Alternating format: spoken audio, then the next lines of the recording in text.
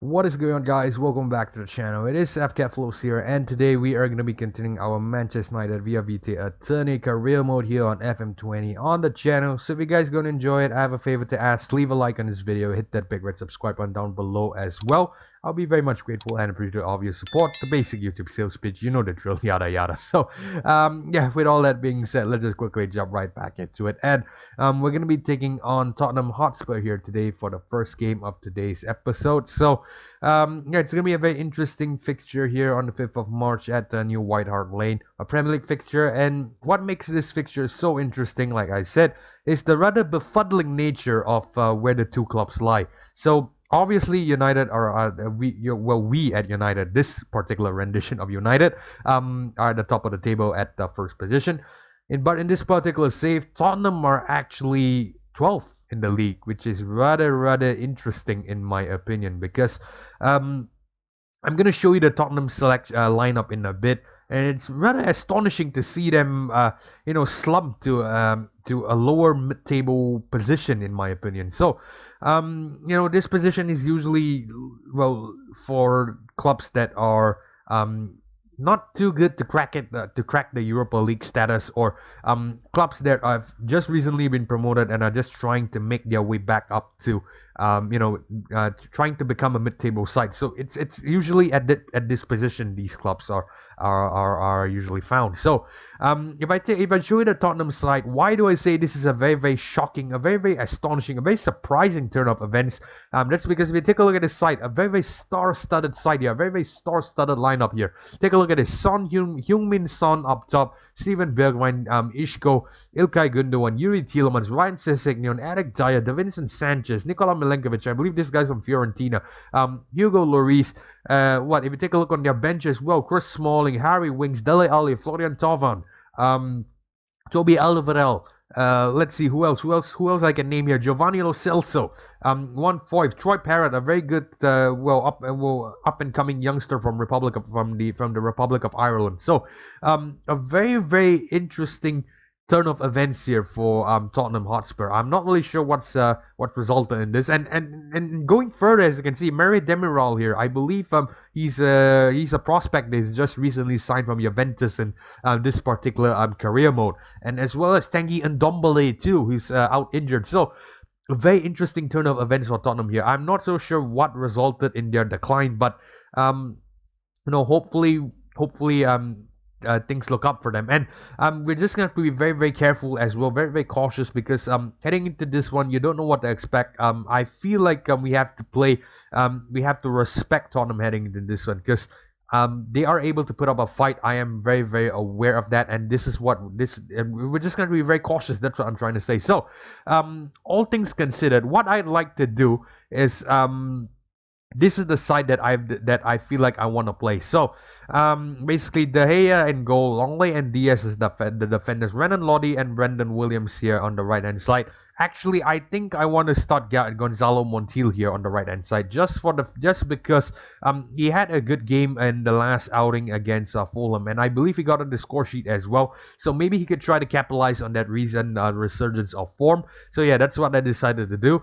Pogba and Luis in the middle, Fernandes as well, Rashford, Haaland, and Greenwood going to be the trident of attack. And what I want to do at the same time is also I want to bring Mason Greenwood back into an inverted winger support position. That's because what I've noticed is that having swapped him to the inside forward role, he hasn't really been performing much. I mean, in the previous games, he has been stuck in that inside forward role for I don't know for how long in the previous few outings, and he hasn't really scored that much aside from that single Sheffield game. So, I want to swap things up a bit, and maybe it might turn out good for him, and hopefully get him back into scoring form. So that's what I want to do. So a lot of the first choice players out as well. Aaron Wan-Bissaka is still in rehabilitation. I don't want to aggravate his injury, despite I acknowledge that he can play there. I just want to keep him on the bench for now. I think I want to keep him there. Or do we start him? I'm actually very tempted to start him, considering that we are starting Rashford as well.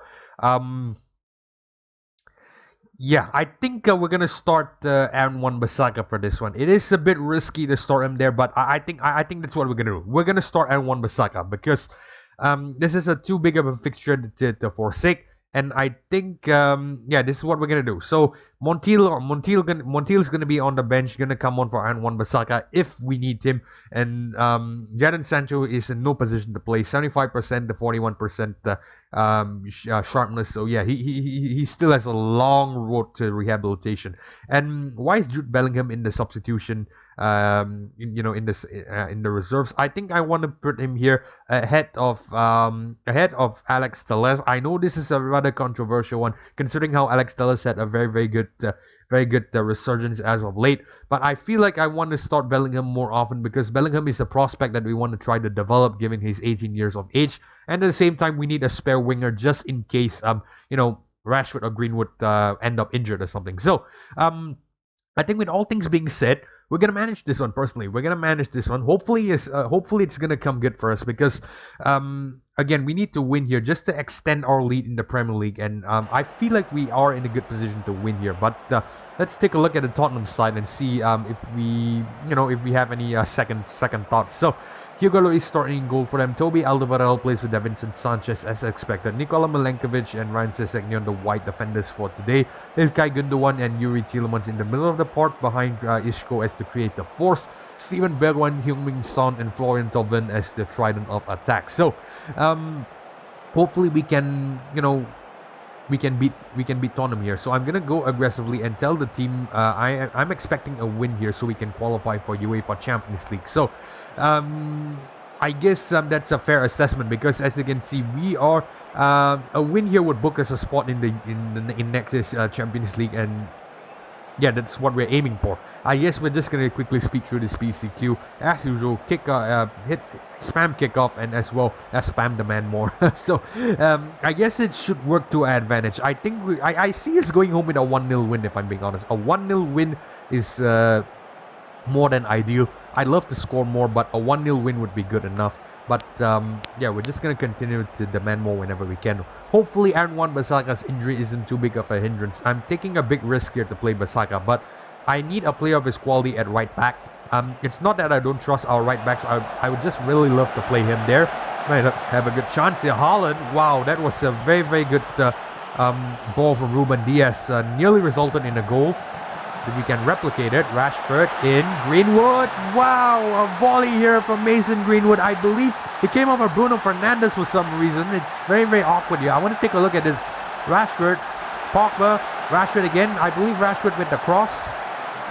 Fernandes tries the header, and Greenwood there just to scoop up the failed attempt at the header from Fernandes. This is why you have you have good chemistry between the teams. So that they recognize where to run and stuff like that. So that was a good show of chemistry. That was a very good show of chemistry between the players right there. it's excuse me, yeah, a bit of a sore throat, but it's a very good display of player chemistry there.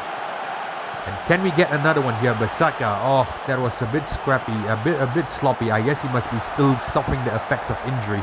Fernandes here whips it forward. Nothing must have materialized off of that.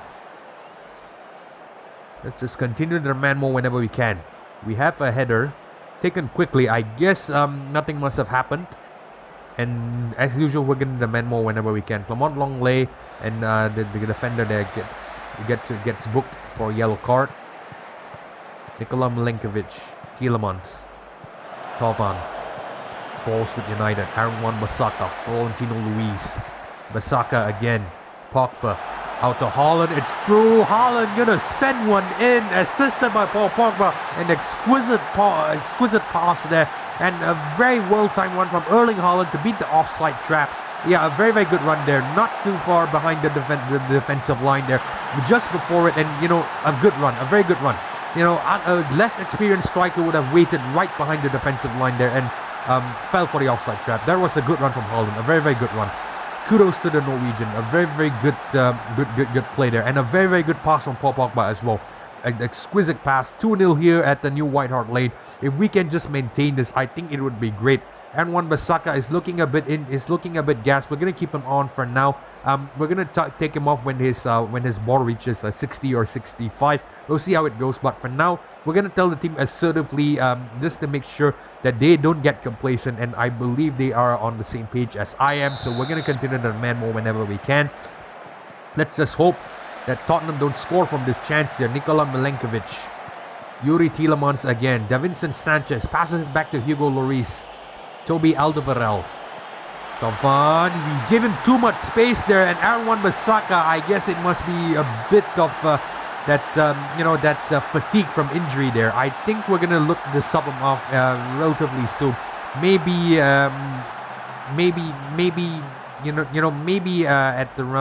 at around 70% fitness. I think that's a fair thing to do.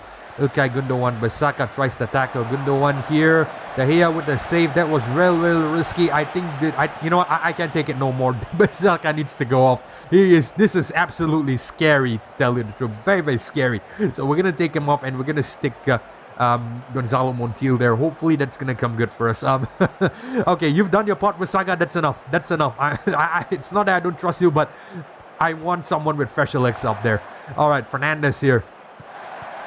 Back into midfield. Pogba, Lodi, a wonderful pass there. He sees the space. Lodi trying something there. A scramble. Lloris with the save. There was really no space. I believe Lodi shouldn't have dwelled on the ball for too long there. He should have whipped in the cross and maybe tried to have our forwards try to facilitate a goal.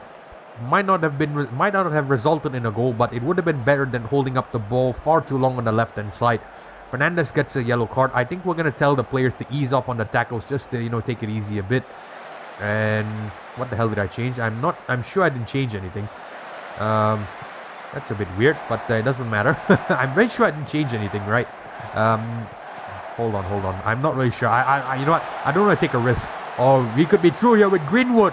Wow, why didn't you attempt that on your left-hand side, mate? That would have been a goal if you finesse it onto your left-hand side. He tried this with his right. He tried it with his right foot. I'm very sure Mason Greenwood is ambidextrous. He's comfortable with either side. Not really sure why he didn't bring it onto his left. That was really perplexing to me. Very puzzling. Very confusing. Maybe it's the heat of the moment, but a player with his composure, I believe he has very good composure, Mason Greenwood. 15 composure, that's not bad. I'm really not sure why he didn't bring it onto his left-hand side there. Really confused with that one. Alright, I think we're gonna make another sub here. Hold on, let's take a look at this first. It's a free kick here. This is scary. Pogba clears it out. Alright, we're gonna pause the game here. Pause the game. We're gonna make a sub. I think what I want to do is I want to bring off let's see. Greenwood has had a good goal. I think we're gonna take off Rashford. He's looking a bit tired. What I want to do is I want to bring on Brendan Williams. Stick him here at left. Have Brendan Lodi push up into left forward and have Brendan Williams stay as the wing back. So I think that's what we're gonna do. Maybe shift Mason Greenwood to an inside forward position as well. I know he hasn't been performing here, but you know what? Because Brendan Lodi isn't a traditional winger. A traditional an inside forward type of player. So what I'm gonna have him do is I'm gonna have him play as a traditional winger and have him play as a support role so he can help Brendan Williams on the defense. Have Mason Greenwood act as the sole the sole cutting in forward, if that's what I'm trying to say. Inside forward, a forward that cuts in. So yeah, that's the role I want Mason Greenwood to play. Brendan Lodi is going to play as a traditional defensive winger. I think that's what we're going to do. Hopefully it's the right change here. I think it's the right change here. Tactically, it should be the right change. We're not going to bring on Mason Greenwood yet. We're going to wait for his fitness level to drop to about 60, and then we might just bring on maybe Cavani in the dying embers. So yeah, we're just going to keep an eye on things for now. We might bring on Cavani and just stick him. Yeah, I think that's what we're going to do. We're going to bring on Cavani about now. That's what we're going to do right now. So we're going to bring on Edinson. No, instead of bringing on Cavani, we're going to bring on Bellingham. We're going to stick him on that right-hand side. He should be all right there, if I'm being honest. Have Bellingham play as a more attacking role, just to try to, keep up the pressure a bit for Tottenham.